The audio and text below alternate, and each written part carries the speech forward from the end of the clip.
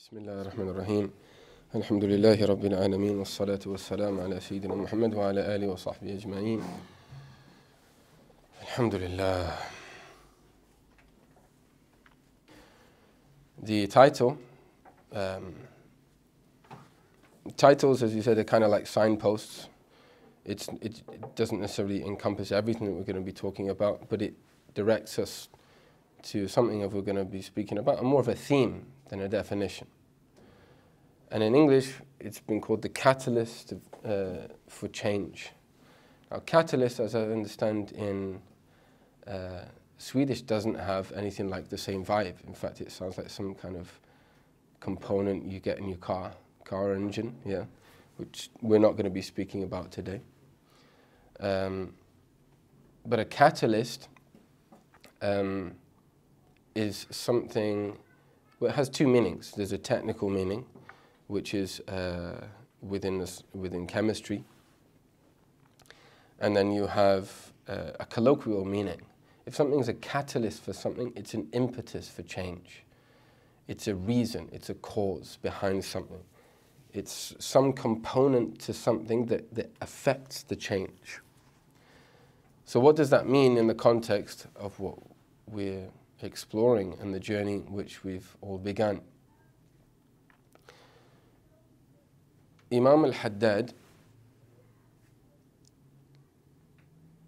talks at the beginning of his treatise on suluk and spiritual wayfaring about something called the ba'ith in the Arabic language. The ba'ith, from imbi'ath. Now, if we've heard anything that resembles like that, if we know Arabic, then we've probably heard it a number of times.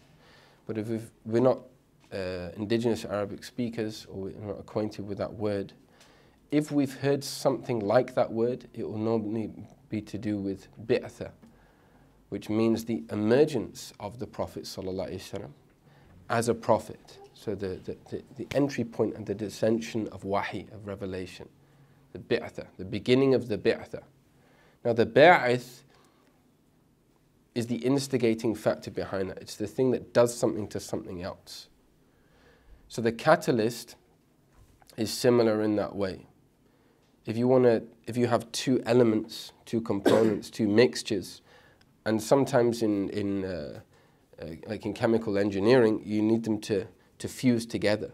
You have to add a component to it. I know nothing clearly about chemical engineering, but you all seem pretty convinced, so I'm going to continue on. Well, it's obviously, if you have two components to something, you need an exterior factor to bind them together. And there are many instances of this. The ba'ith, Imam al-Haddad has a, in his introduction, it could almost be perceived as if he's putting people off. So he says there's this thing called the ba'ith, and then he says, let me read from the actual Arabic text, it's formal.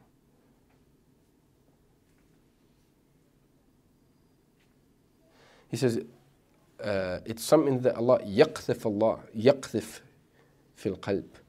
Yaqthif, qathafa, it means literally to thrust into the heart. So the way in which this thing, which we're going to unpack and hopefully explore throughout this lesson, the way it enters into you may not be that pleasant. And then he says, and once it's in you, يُزْعِجُهُ وَيَقْلِقُهُ, it kind of irritates you and aggravates you and annoys you.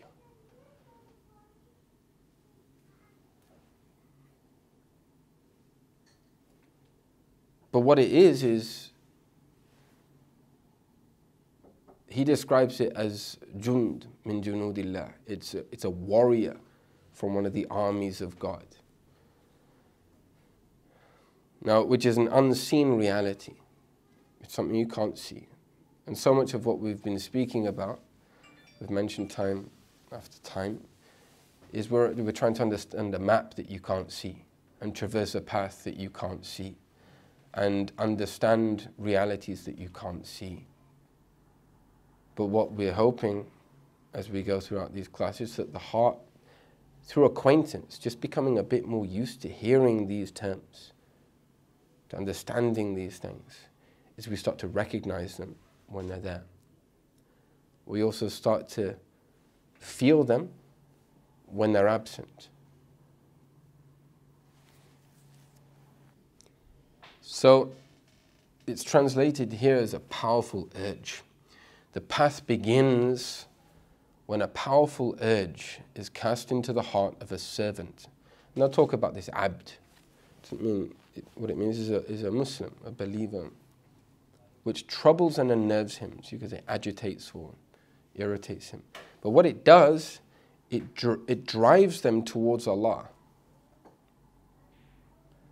So you've got this understanding here that indeed mankind was created halu'a, in the state of agitation. Khuliqa halu'a, in the state of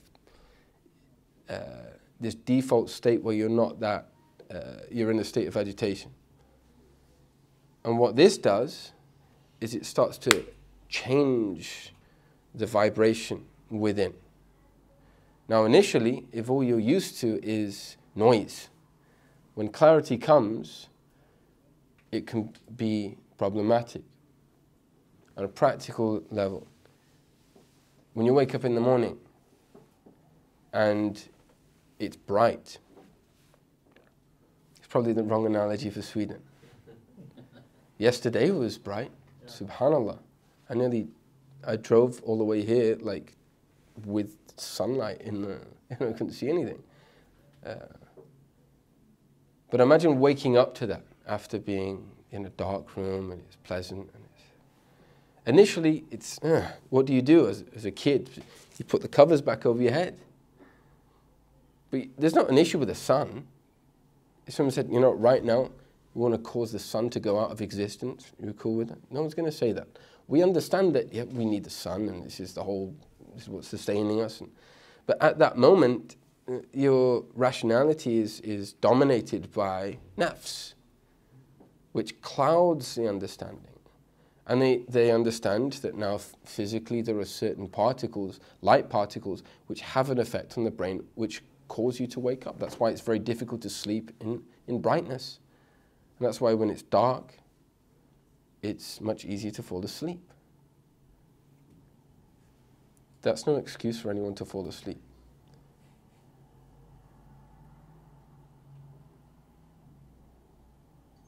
But what it does is it goes against the friction, like a lifetime of nafs. Like we've etched this inward geographical like mountain range of coarse edges, and now we're looking to kind of smooth this over. And there's a lifetime of music. Like everyone's like in on the beat. Like we started off with talking about the train journey, and there's this background music going, and you're used to it. And when it stops, it's almost you can't understand what's missing now, but there's something different about the picture. You know, the record stops.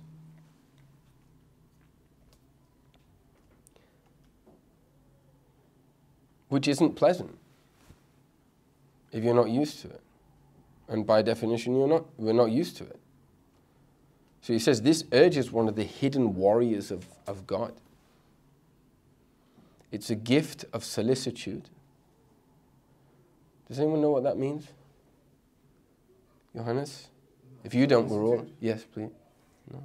Then I'm not embarrassed about not knowing that word if Johannes doesn't. Isn't solicitude like happiness? Something like this. Why do they use these difficult words in these texts? And a sign of right guidance. Okay, so it means you're in the right direction. But if you've been going perpetually in the wrong direction, or just meandering, and someone says like, no, this is the way, look, that's it, the signposts are all there, takes you and throws you, it's not necessarily initially the most pleasant of experiences. When some people become Muslim.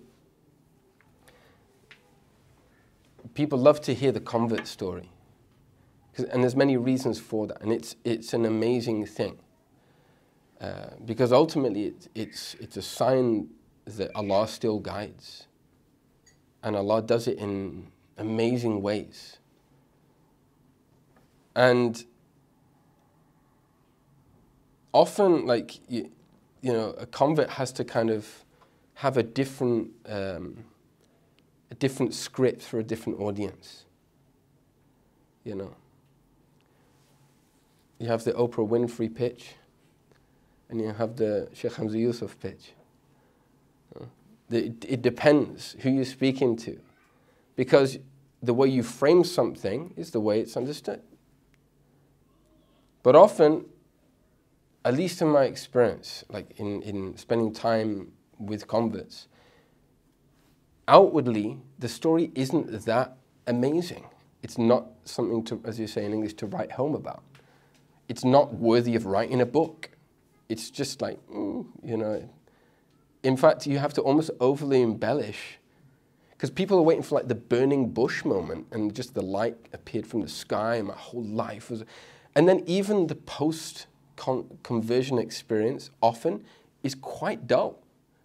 Yeah, I just really struggled to get halal food. You know, my family, you know, wasn't down with it. You know, it wasn't like, yeah, and you know, you went and you did this and you did that, and you just like, you're the new hero for Islam, and let's give you a Superman outfit, and let's just, it's not that interesting. It's quite dull.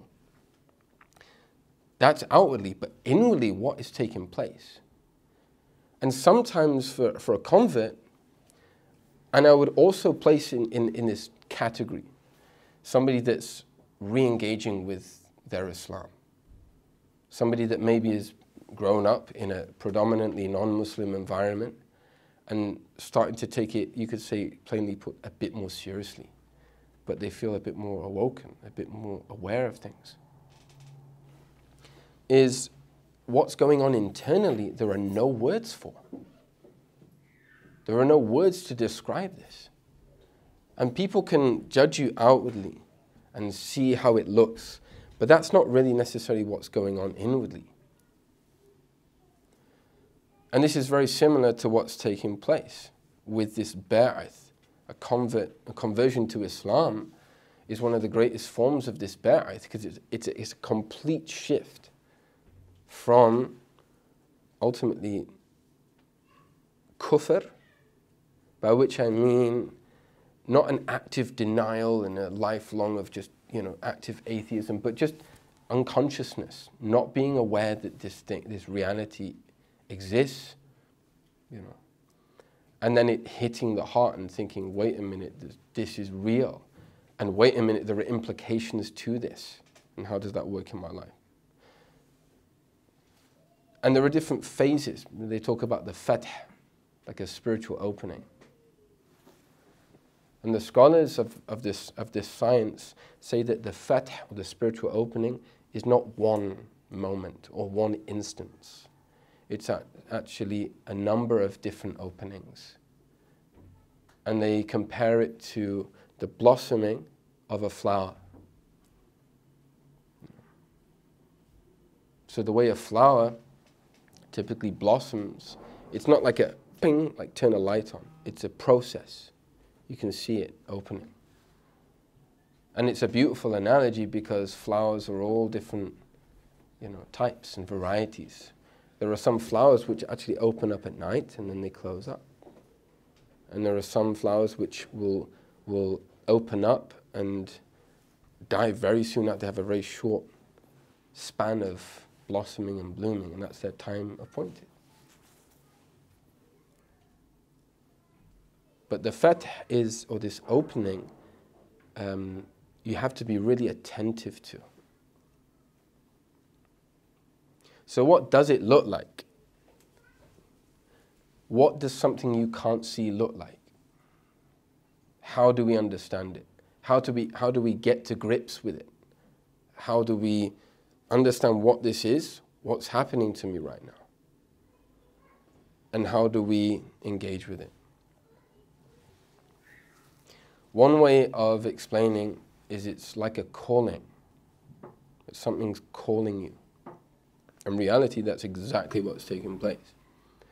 But this is, it happens for a period of time, and that period of time is unknown. And it might be amplified for that period of time, but it might be so turned down that maybe other distractions or the rest of the noise distracts you from it. Another way is perceiving it as like the ebbs and flows of the seasons. That's something which in Northern Europe in particular is very pronounced. The beauty of the transition of the seasons, which you don't get in a desert environment. You know, it's just like hot or hotter. You don't have autumn, and you don't have the transition of the leaves to that rusty, you know, brown, green, red type, you know. And then you have the experience, the new buds on the tree, and all these kind of transitions. But it's like a season that you can't see, an inward season. And we all go through various seasons. In fact, the seasons of the soul are far more than the 4 that we know that take place, you know, in accordance to the weather today. You know, winter, you know, summer, into spring, summer. Remember summer? Spring, summer, autumn, winter. You know, you don't remember. You don't have summer. How long is how north do you have to go from Gothenburg where they have the whole 6 months in darkness, 6 months in light? A couple of hours by train. It's amazing. SubhanAllah. Huh? Yeah? With airplane, yes. Yeah, or airplane. Or aeroplane. Huh? It's not too far. I mean, that's not far. Maghrib here is amazing. Like, someone said something the other day, because we were reflecting about some of the challenges of the prayer times being so close together. But then, where else can you say in the world that you've prayed, like in Ramadan, for example, you've literally prayed all night? Because that's what often takes place in the winter for Taraweeh in Sweden. Summer. In summer. Yes. SubhanAllah. But you have this idea of seasons of the soul. And another thing that you get in geographical locations where seasons are very clear and defined is you have seasonal fruits. And this is what took place with Sayyidatuna Maryam alayha salam, when Zakaria would come in and he would find fruits that were not in that season.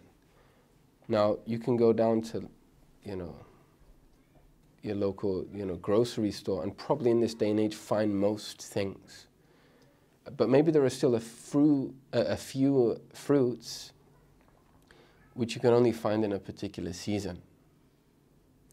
And in pre-modern times, that was just obvious. Like, you would never ever find a certain fruit out of its season. It didn't survive. It wasn't meant to be. They didn't. It was before genetically, you know, modified biotechnology was existent. And there's also a reason for that. That there's an importance in this. As we know, certain fruits have properties which are a nutritional kind of values that are important in wintertime. And similarly in summertime. It's like it's been taped, it's like a menu for mankind. Like, this is what's appropriate in this place, in that place, in this season. And what we're saying now is, and it's a very nafsi reaction, egotistical kind of based thing. It's like, no, I want it all, and I just want it now. And if it's good for me, I'll just eat. I'll just grab, and I can have it there. That's progress. And often the same thing takes place inwardly. That when you feel pain, you could say the natural response. But in Arabic, when you say taba', it actually means the unrefined response. Because your natural default is not the prophetic response. The nafs response, the ego's response, is to not like it.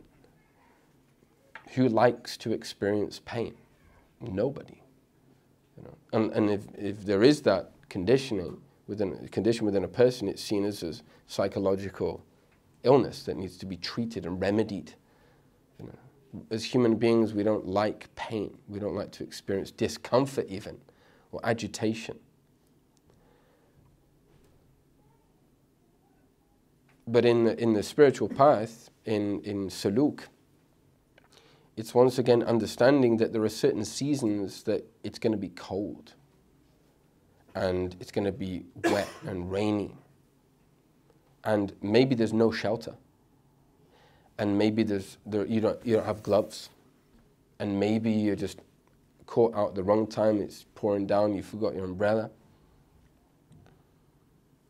But there's a wisdom in that, because Allah knows what He's doing, and He caused the rains to come down.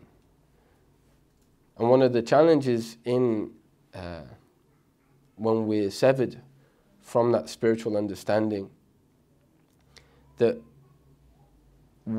our inward capacity and ability to recognize the difference of the seasons and therefore celebrate and give thanks becomes dulled and dimmed and desensitized.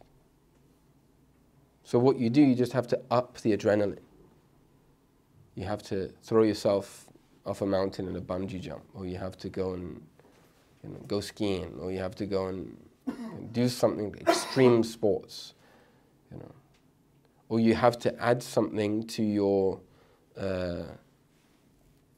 this mind altering in order to get you into a different state, because there's no method there to maintain the state you're in or to move into a better state in a sober way.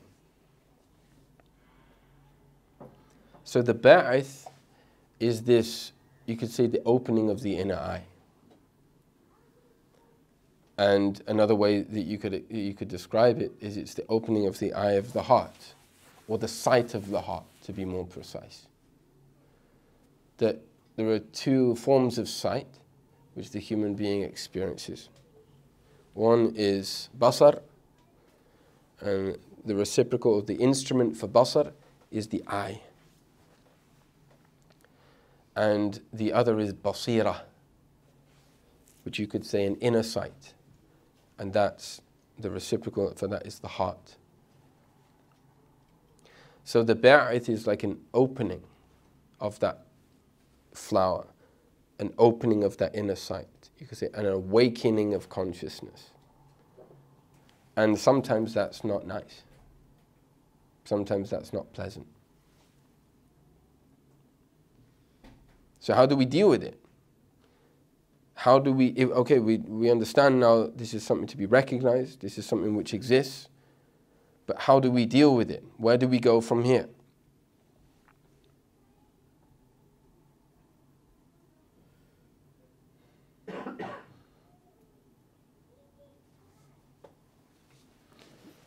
Well, one of the ways to understand how we deal with it is understanding where it comes from.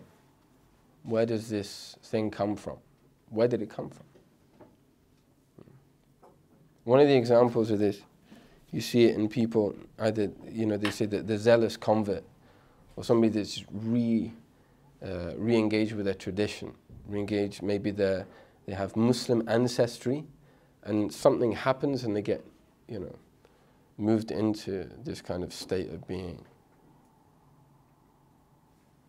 Imam al-Haddad, radiallahu anhu, he said, it is often bestowed upon a person when he listens to the people who stir in him the deep awareness, consciousness of Allah. It says fear of Allah, but what we're talking about here is the awe of Allah. Somebody that resonates on the heart, somebody that's aware, that is a person of taqwa, just by listening to them. And what that means is that the words that they speak has an effect on their soul. Imam al-Haddad himself said that every person speaks, when they speak, that which they speak of is cloaked with a hal, with a state of being from the heart of the speaker.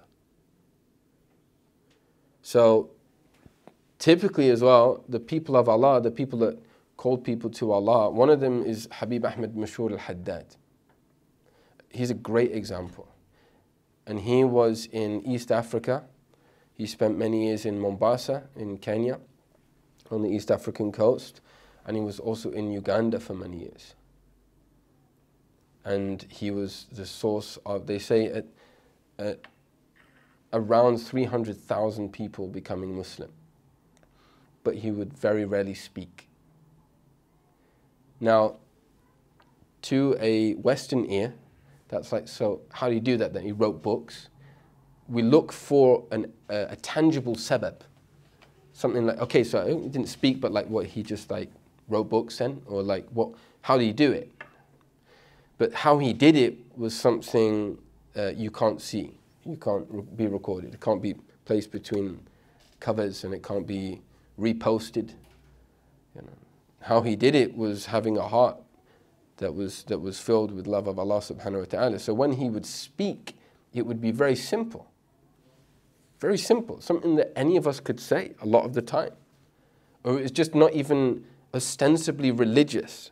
You know, he wasn't going around necessarily all the time reeling off verses of the Quran or Hadith. He was just welcoming people, embracing people.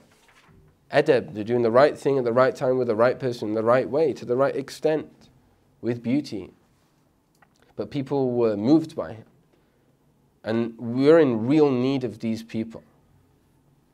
Like, we don't understand how much we're in need of these people. These are the people we're waiting for. Because if they come, it's over. There's so much, like if you look in Sweden, and I'm saying Northern Europe in general, but in Sweden, to talk about God is weird. Is that correct? It's strange. It sounds alien. So how do you give dawah then? How do you tell people about God to a people that it's almost taboo? It's almost like, I'm not into this whole thing. It's just embarrassing for me. It's kind of awkward. So what do? You know, God sent a prophet. And they're like, who is this person? It doesn't make sense to it. It's been so long. It's like an old song you heard in your youth. It's like some nostalgia. Like, I kind of get what that means, but it makes no sense to me now. Anyway, back to work.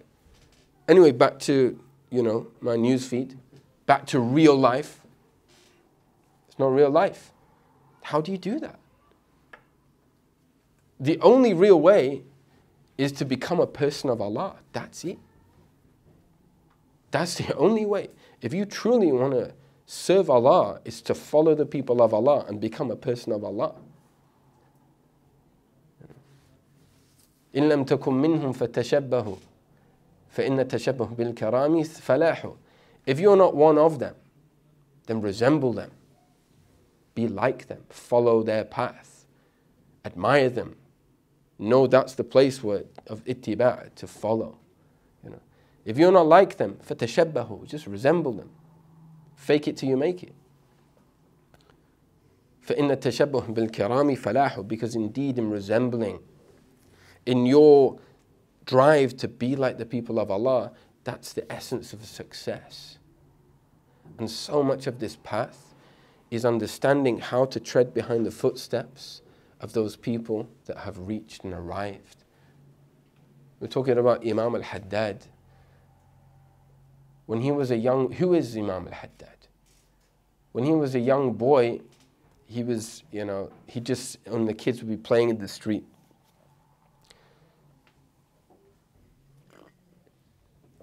they used to do that back in the day. Kids used to play in the streets. And he would just be sat on the side of the road remembering Allah. And his grandmother, during the day, she would be taking care of him. So she'd come down and think like, there's something wrong with him. Like, this is not normal. And all the other kids are playing. And he sat there, you know, in dhikr as a young boy. And not only did he perceive this state of his grandmother, that she was like worried about him, but he acted upon it. Like the level, the intellect, even as a young boy, of Imam al-Haddad was incredible. You know, many of the scholars, they study the science of logic, one of the philosophical sciences. Imam al-Haddad said, Allah gave me an intellect, I was in no need of logic. It was just Allah gave me, and that wasn't a claim, that was just a statement of a reality. So he said it started to be that his grandmother would come down the stairs and he would listen and he would start to play with the kids. And she'd go back up and he'd just go. When he got a bit older, his father saw that he's praying like 200 rak'at, 200 units of prayer for duha. Like outside of the 5 daily prayers and the sunan and this, he's praying 200. And he's reciting the Quran all the time. And he's going through the different mosques of where he grew up, just praying all the time, you know. And his dad's like, he's a Sayyid, he's from a tradition of sacred knowledge, but he's concerned that this is not normal, this is abnormal. So he said, he put him into fiqh. Yeah, and fiqh as a technical science is really important because what it does is it grounds you and it roots you. You know? Because it's also somewhat, in some ways, fiqh can be agitating. I don't want to be told what to do. Like, ignorance is bliss. Not really. You know, if you don't know, bliss, if it means Jannah, ignorance of fiqh is not Jannah. You know, but what it does is it channels you. If fiqh is taught properly, it channels you and says, look, there's a huge amount of scope, but just don't go here, don't go there. Which is actually, once again, it's empowering. Only the Islamic sciences are empowering if we understand it. But if we're taught through teachers of Sanad, teachers that have been taught by people, who've been taught by people all the way back to the Prophet Muhammad sallallahu alaihi wasallam, then it's empowering, then it's illuminating. If you're taught with someone that just has waswasa, you're going to take on that hal, you're going to take on that waswasa. If somebody's just like really, you know, they say like OCD, and that can take place. That has a spiritual reality in the wudu. If someone's teaching that nervousness, that state is going to be conveyed to you. So you've got to be very careful. You know, so be very careful about who you take your deen from. And Imam al-Haddad, you know, he comes back short time after, he said, you know, I studied the book, memorized the book, next, you know. And then he realized he's somebody just on a different path altogether, radiallahu anhu.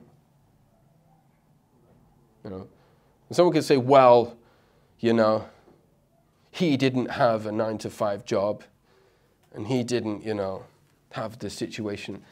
Yeah, because Allah loved him and placed him in a time just for him to flourish. But like, that doesn't mean that you can't be inspired by him. That doesn't mean you can't connect to him. He said, those that connect to us, we will never leave them, even if they leave us. And these are people of shafa' and Yawm al-Qiyamah. Because a lot of this science, it sounds like nice and scientific. That's nice to know. But ultimately, why are we here? To save our souls. We're here because we need saving. We need to save our souls. We don't want to be in a bad place for eternity. And we want to taste something of what that means whilst here. And the people of this state, this ma'rifah, this knowing, this illumination, it's real. It's not just like fluffy words. Just like, I just feel at peace. And this is real. We've got to shave off the misunderstandings. Allah says in the Quran, "Ala bi dhikrillahi tatma'innul qulub." Is it not with the dhikr of Allah that the hearts find rest and tranquility? That's not like, oh yeah, kind of like in Buddhism as well, and kind of like in our tradition. No. The Quran is a statement of reality from the creator of all reality. Take it that way. It's not like that. We have that as well in this tradition. That's nice to understand, but like, let's not water things down here. You're talking about the literal uncreated word of Allah. And He's telling you, He's addressing you, He's communicating with you right now. You know. La ilaha illallah. So he said this can often take place, it says bestowed, bequeathed, to somebody when they're listening to people of that state. So it's kind of contagious. And that's why so much of this path, once again, is spending time in good company. Suhbah is a rukn, it's a pillar of the path. And Imam al-Haddad goes on to say, to look upon the people of Allah. That's one of he's talking about the causational factors for this catalyst. And why is he telling us this? Because he's saying this is real, and if it hasn't happened to you, these are typically the ways you can get it. Like if you don't feel that yet, if you're not there in the prayer, if you're not really prioritizing your life, as you know really we should be doing so, this is how to have that taken opened from the inside out. To spend time with the people of Allah. Who are the people of Allah? The Prophet ﷺ, he said, Hum idha ru'u dhukir Allah. It's those people that when they're gazed upon, when looked at, Allah is remembered. When you look at them, it's like, subhanallah, la ilaha illallah. And that's not just saying like, you know, some of them, it's interesting, one of the Sheykh said that they don't always have physically appealing features necessarily. You know, the definition of a person of Allah is not necessarily that they're physically attractive. That was something which the Anbiya all had. All of the prophets had a very attractive appearance. Very handsome. But the people of Allah come in all shapes and sizes. And some people you would say like outwardly is like, but there's something like, it's like a magnet. And that's that nur, that's that unspeakable thing. You know. People often like, we get confused, like if someone's like really, you know, like the temperature's high in the room, they're kind of sweating the lights, and then people are like, wow, there's nur on your face, brother. It's not, it's just super hot. And it's like, it's not a physical thing at all. Because some people can't see those things, you know. Like we said in the first session, you know, وَتَرَاهُمْ يَنْظُرُونَ إِلَيْكَ وَهُمْ لَا يُبْصِرُونَ. You see them look to you and they don't see. Who has more nur than the Prophet Muhammad sallallahu alaihi wasallam? He's the source of all nur. He is the nur sallallahu alaihi wasallam. But not everyone can perceive it. So it's having the heart open to perceive that nur, that light. You know, particularly when many of the people of Allah are hidden. And then he says, or that they look at you. And that's the real, it's hit the target. If a person of Allah looks to you, it does something to the heart. You know, and they talk about the nadar. In some cultures it means like, in terms of ayn, like we're not talking about this. Imam Habib Ahmed Mashur al-Haddadi, he would say like often in Muslim cultures we talk about al-ayn. I don't like the evil eye. That sounds like something from a fairy tale. We need to really work on these translations. When you say al-ayn in the Arabic language, one, if you look in the dictionary of what al-ayn means, has so many meanings. You know, al-ayn can mean the essence of something. It can mean the eye.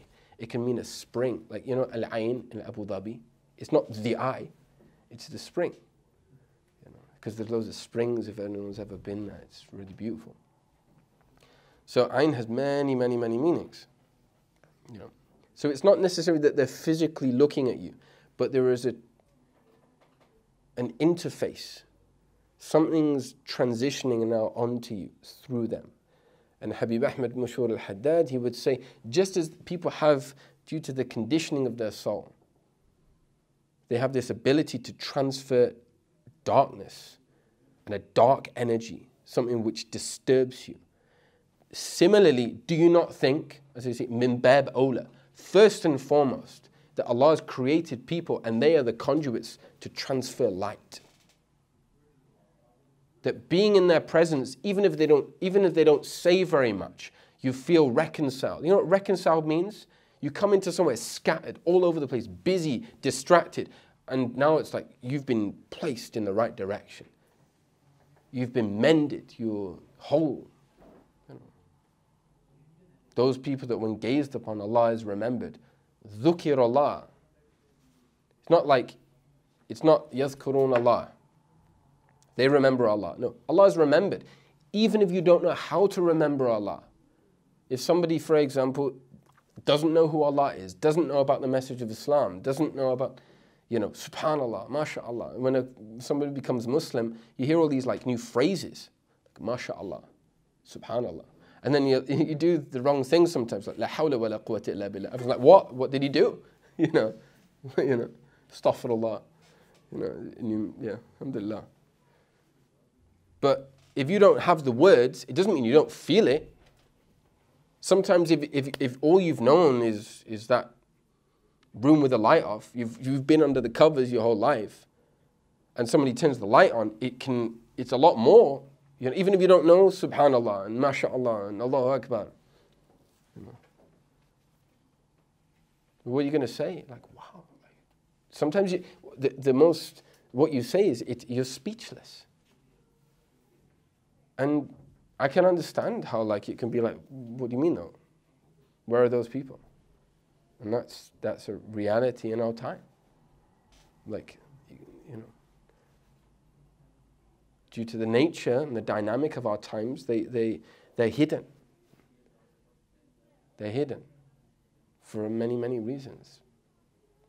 But on a metaphysical level, they're the ones that are like, the Prophet ﷺ said, through them the rains fall. You know. Imagine if they look to you, what that means. They're channeling something to you. And they're conduits. They're only given these gifts, these human beings. And these people exist. They're real. They're living. And they will exist until the Quran gets lifted. They'll exist until Yawm al-Qiyamah. The deen didn't die and we're just left with a kind of book, a manual. The Quran, first and foremost, is the recitation. You know. بل هي آيات بينات في صدور الذين أوتوا العلم. They are signs, ayat, signs, bayinat, clear, manifest, fi sudur, in the hearts, the breasts of those that were given knowledge, those that were given ma'rifah, understanding. You know, that's the reciprocal of this, of the Quran. You know. And traditionally, the hafiz, the one that memorizes the Quran, in the word in Arabic, it means you're also a protector of the Quran. Your entity becomes the fortress, not just for the words, the utterance, the beautification, the meticulous science of tajweed to make your recitation as much like the recitation of Sayyidina Muhammad sallallahu alaihi wasallam as humanly possible. That's what tajweed ultimately is. But it's also you preserve those meanings, those states of being.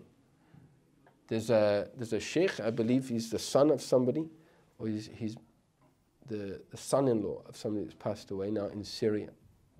And he's coming to Gothenburg soon. But his father-in-law was a very prominent scholar of the Quran. He would only give ijazah, the license to teach, and when he felt that your state was now Quranic. Not just that you recited, but your whole being now, you know. And in the Mustadrak of Imam Hakim, the compilation of hadith, he says, from the Prophet ﷺ said, the one that memorizes the Quran, it's as if he's received prophecy, and in Arabic they say between his two flanks, or between his two, like it means like to the depths of their being, to their chest. You've received the realities of prophecy. إِلَّا أَن لَا يُوحَى إِلَيْهِ, except that you're just not revealed to. You don't experience revelation.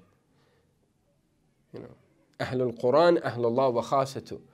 The people of the Quran are the people of Allah and His elect. You know. Habib Ahmed bin Hassan al-Attas, he said that no person receives an opening greater than through the Quran. And we need to reconnect to the Quran because it's the communication. How are we going to expect to receive these these hidden warriors and these states and all these kind of things, if we have no connection to the word of the one we're seeking. That's a claim. If you love someone, you always want to hear them speak.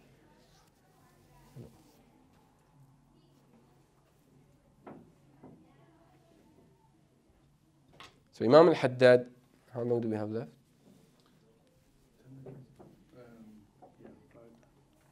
So Imam al-Haddad, he says, okay, let's say this has happened to you, or you get now how to, orientate your life and prioritize your life. So this could be something, and that might mean taking a trip somewhere. That might mean attending a lesson. That might mean going to seek someone. And this was a practice of the believers, like this tazawur, visiting each other for the sake of Allah, being in people's company, being in their suhbah, exchanging that conversation. And isn't it interesting now that one of the most common illnesses in modernity, in this era in which it's characteristic of separation from the sacred? Isn't it interesting that one of the most common diseases and illnesses and sources of hurt is loneliness? Just being lonely. Because the human being, we're social beings. And even in the highest echelons, the highest levels of this tradition of Islamic ihsan and tarbiyah and tazkiyah, it's still a social religion. It's not like, well, now you're at the degree where you go and be some hermit, you go and live in a cave and you don't spend time with people. There's times for khalwa, there's times for solitude and to be alone, but there's times where it's legislated. You have to be amongst people. Jum'ah. If you're a male of sound mind of a certain age and you're present, meaning you're resident, you're not a traveler, it's a religious obligation for you to attend the Jum'ah prayer with the khutbah. Because Allah knows what we need and what needs topping up, and that's the bare minimum. And what's interesting, there are so many people in the West that throughout their lives, maybe they've never prayed, but there's something about Jum'ah that they'll go to Jum'ah. And it's something that just keeps them topped up. And the Prophet ﷺ said in an extended hadith, but the Jum'ah, between Jum'ah and Jum'ah, kafaratun بينهما إذا اجتنبت الكبائر. It's an expedition. It wipes out the badness, between the two Jum'ahs, if the major sins, the main sins, are kept away. So it has this cleansing, this detox. Allah has given us so many opportunities to go back to Him, Jalla Jalaluh. So Imam al-Haddad says, okay, now you've received this, or now you're aware this is something we need to be seeking. Because he's saying, okay, like if you don't have the fish, this is the net. And then you have tawakkul in Allah, and you have hope in Allah. Because he says this can be given without a cause.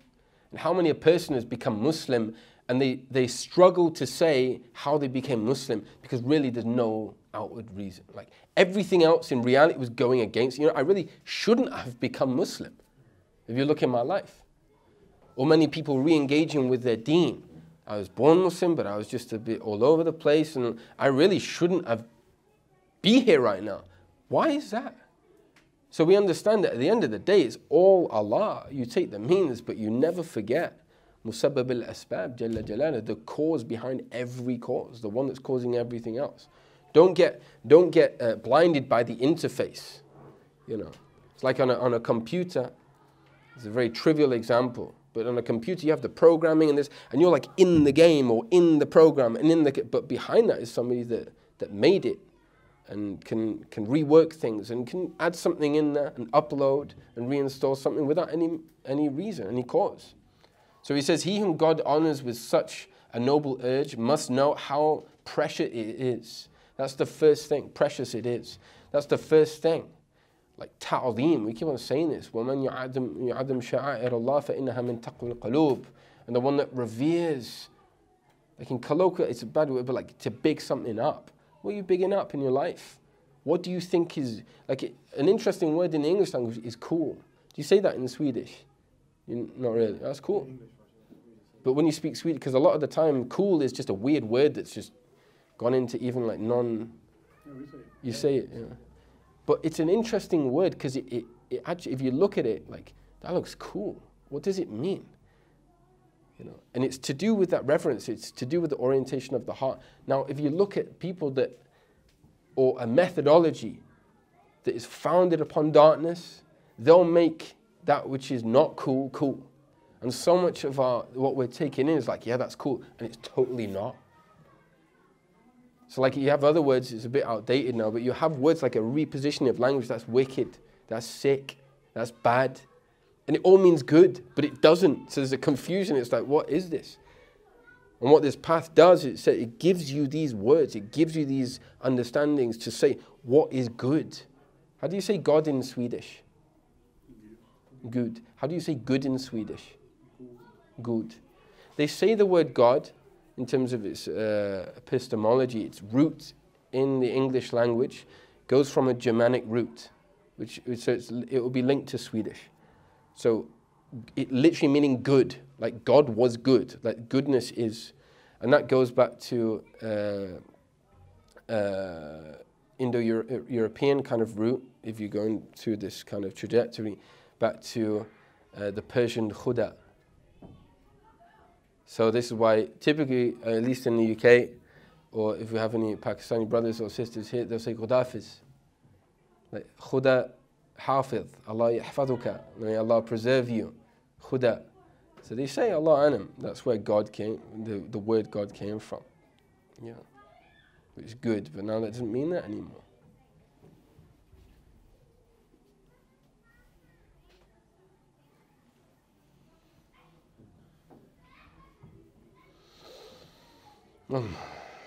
So he says it's commanded, it's an obligation, and encouraged to actively subject oneself to receive such gifts. So now we've heard this, it's not good enough just to say like, that sounds nice, maybe some people have a good time with that. It's like, no, like, okay, if Allah's allowed you to understand something of this, sorry, but you have to now follow.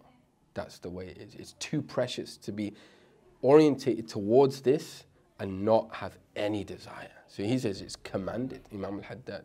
It's a religious obligation to receive what gifts. For to expect to receive something when not standing at the door and subjecting, putting yourself in motion, ready, the net's out, you know, in the stream.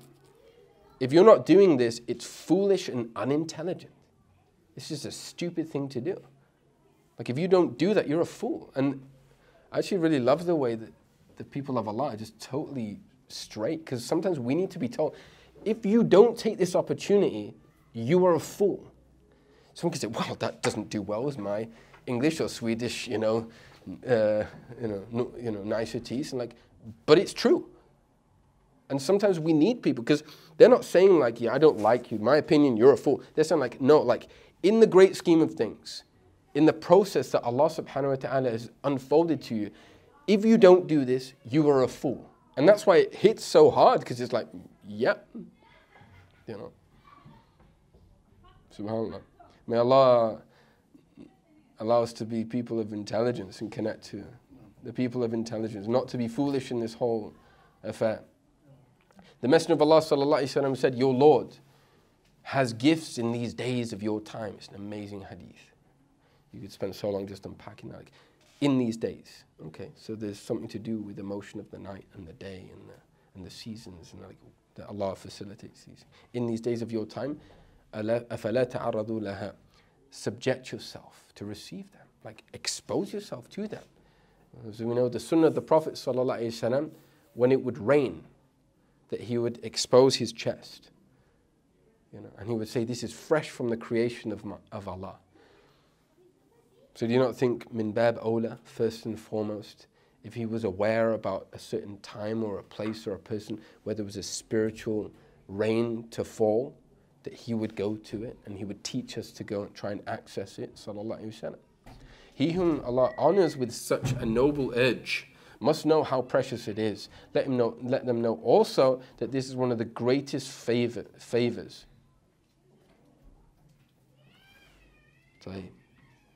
of Allah, such that he'll never fully know how truly precious it is.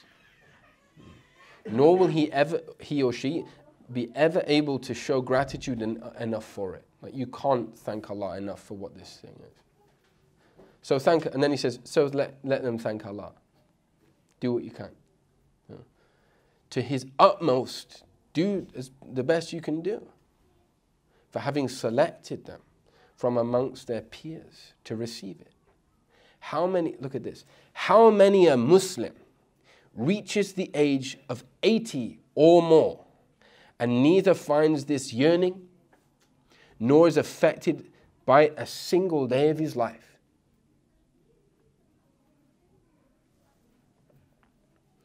A person upon this path should do their best to strengthen, protect, and respond to this urge. He's not just saying these words flippantly. These are 3 things that we should be writing down. First is to strengthen. Okay, you've got it, or you're working towards it. How do you strengthen this? Because it comes in different capacities. It's amplified sometimes more, as we said. How do you go back? Wait a minute, the sound's going down. How do we go towards it and turn up the volume? Like, don't let it escape. Don't let it go. Don't let the season end and you haven't taken from the fruits. So to strengthen it, you should do your best to strengthen. He's telling you, look, I get this. Allah's given me this reality. Please listen. This is what I've inherited from my forefathers and my teachers and my, all the way back to the Prophet ﷺ that told us these realities. This is what you've got to do. This is the method. Talking about a living path all the time. This is how to keep it alive. It's how to keep that, your heartbeat alive. To strengthen it is the first. The second is to protect. Or you could say to fortify. Because you could be doing something, but you're not protecting it. If someone's working out, but they're not taking care of themselves, it can lead at some stage. You might get bigger, but if you're not taking care of yourself, what you eat, certain other things, someone's on steroids, then, it becomes problematic sooner or later down the line. So you've got to strengthen it, you've got to protect it. Like, strengthening it is its own thing. Protecting it is its own thing. You've got to be aware of these things. So okay, have I strengthened it today? Have I protected it today? And respond to it. You've got to learn how to speak this language. And it may be a language you've never spoken before. It may not even, not that you don't know the words, it may not even be words. You have to be acutely aware that Allah is now speaking to you. He's saying things to you. And you have to develop a way to respond. The only way you can do that is allow Allah to teach you. You've got to go with the flow. And you've got to take this methodology to make these things aware, to make these things real. So he says, how? Because he's not just saying, we got to do this, this, and this. Good luck with that. Yallah.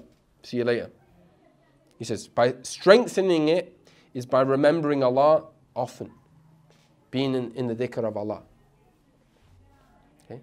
You want to strengthen this? You felt something? You felt the vibe? You felt, maybe this is something I should be taking seriously. You want to feel more of it? You want to experience it more? You understand this is something you need to be, it's no longer a choice. How do you do it? Increase in dhikr. Increase in the remembrance of Allah.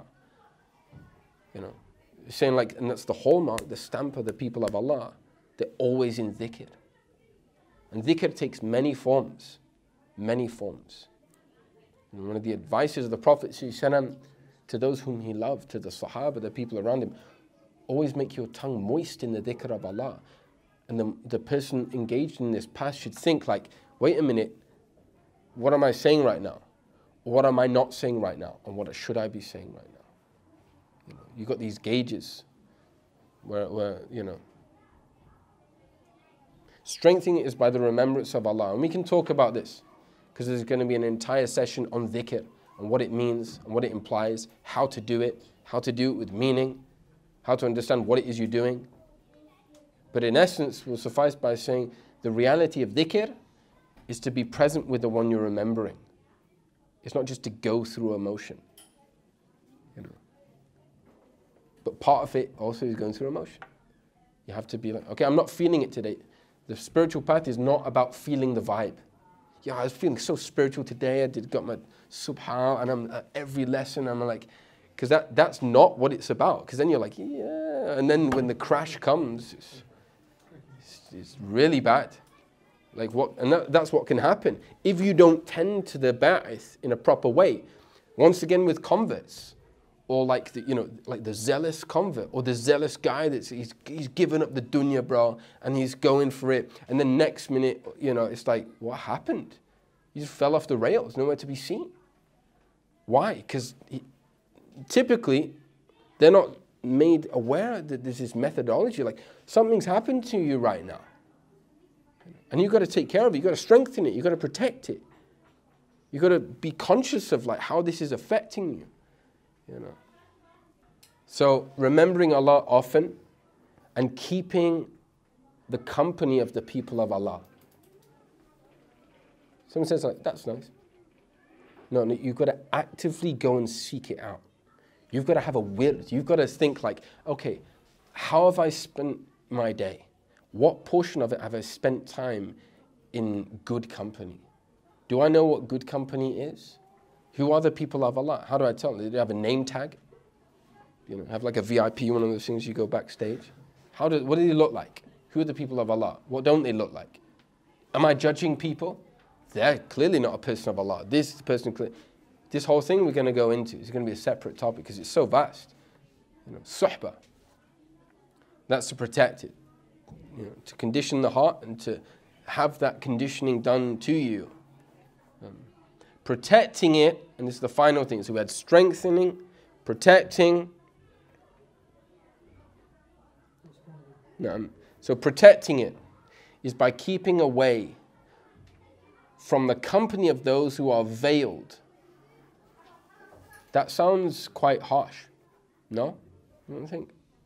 That sounds like, okay, so like I've got to make some real decisions here, like who I'm going to be hanging out with from now on. And does that mean I'm judging people? They're clearly of the veiled. How do we deal with this? Because Islam is not about that judging, But to an element, there's a component to say you have to recognize certain things, And there's a way of understanding what husn al-dhan, having a good opinion of someone is, but also actively knowing that this is not good for you right now. And we're going to go into this when we talk about suhbah, inshallah, in forthcoming sessions. And ignoring the insinuations of devils, which makes total sense in English. What are the insinuations of devils? Hamazat al-shayateen, that darkness, those foul thoughts, those things. What are you doing? Come on. Who do you think you are? Like, this is Imam al-Haddad. He's from Tanim, and like, you're just some like person who's rocked up yesterday, and you think like, come on. What are you doing? You prayed 2 extra rakats today, you did a gathering of dhikr, you attended a lesson, you think you're something special. Give up, come on, there's no point. Look, you know you're going to change as soon as you go back home. You're going to take off the kufiya, you're going to max and relax on the sofa, you're going to put on some Netflix, you're going to like, what's the point? Why bother? There's no point. That's from the shaitan. Habib Umar, he said, the expediation or the way to wipe out those thoughts is how? To completely ignore them. To know that they're not from you. So it's simple as that. And also, we're going to be going into this in forthcoming lessons. This whole thing is going to be unpacked, inshallah. How do we know what's a bad thought? How do we know how to deal with it? How do we know, how to get away from these things? So he must advance and not weaken, Refuse, like, don't manufacture excuses. Don't make up excuses. If you're going to train, if anything comes up, you can't be like, oh, I had this tonight, or I had that tonight. You've got to keep training. You've got to keep pushing through. So it said, go to Allah with your limps, urjan wa makasir, with your limps and your broken limbs. Don't wait for full health, because this would just be stupidity. Just wait, I'm going to go on Hajj, and then I'm going to turn to Allah. I'm going to do my thing, got to save up for the car, got to get the house sorted, and then I'm going to turn back to Allah. As if you've like worked out when you're going to die. SubhanAllah. A number of our teachers in Yemen, and I'm talking about young people, recently, only like yesterday, Allah yarhamahum, Allah have mercy, like a number of them have passed away. And SubhanAllah, it just happens. You know, every single one of us, no doubt, has an awareness of this. You got people that you know, like, and they say like they were too young to die, not in accordance to the Lawh al-Mahfuz, not in accordance to Allah. They were always meant to go at that time. That was their appointed time. And the point is, we don't know when our appointed time is, so we've got to get to work. Imam Ibn Ata'illah Iskandari, he says in his Al-Hikam, to say that the work must be postponed until one is free, like you got some free time, okay, I got some work's done, I've finished this, I've done that, now we can do the whole spiritual thing, because this is just a foolishness of the soul. Your soul hasn't got the point. Wallahu a'lam.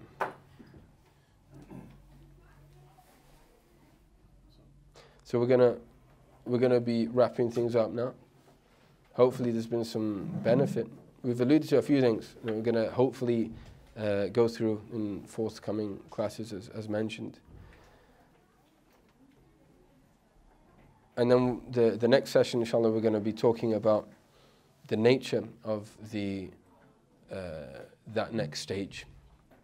Okay, we had the beginning of the path. You've had the thing which is driving you on. Now what does it look like? Where do we go from here? And this is what's called maqamat al-yaqeen, the degrees of certainty. So certainty of consciousness, it's not one phase. It's not like I got a vibe one morning, that was nice, and then back under the covers. No, it gets brighter and brighter and more intense. And we need to know what this means, what it implies, and how to deal with it in every stage of the journey. May Allah grant us tawfiq, inshallah, and take us by the hand to لكل مقام كريم وصلى الله على سيدنا محمد وعلى آله وصحبه وسلم والحمد لله رب العالمين.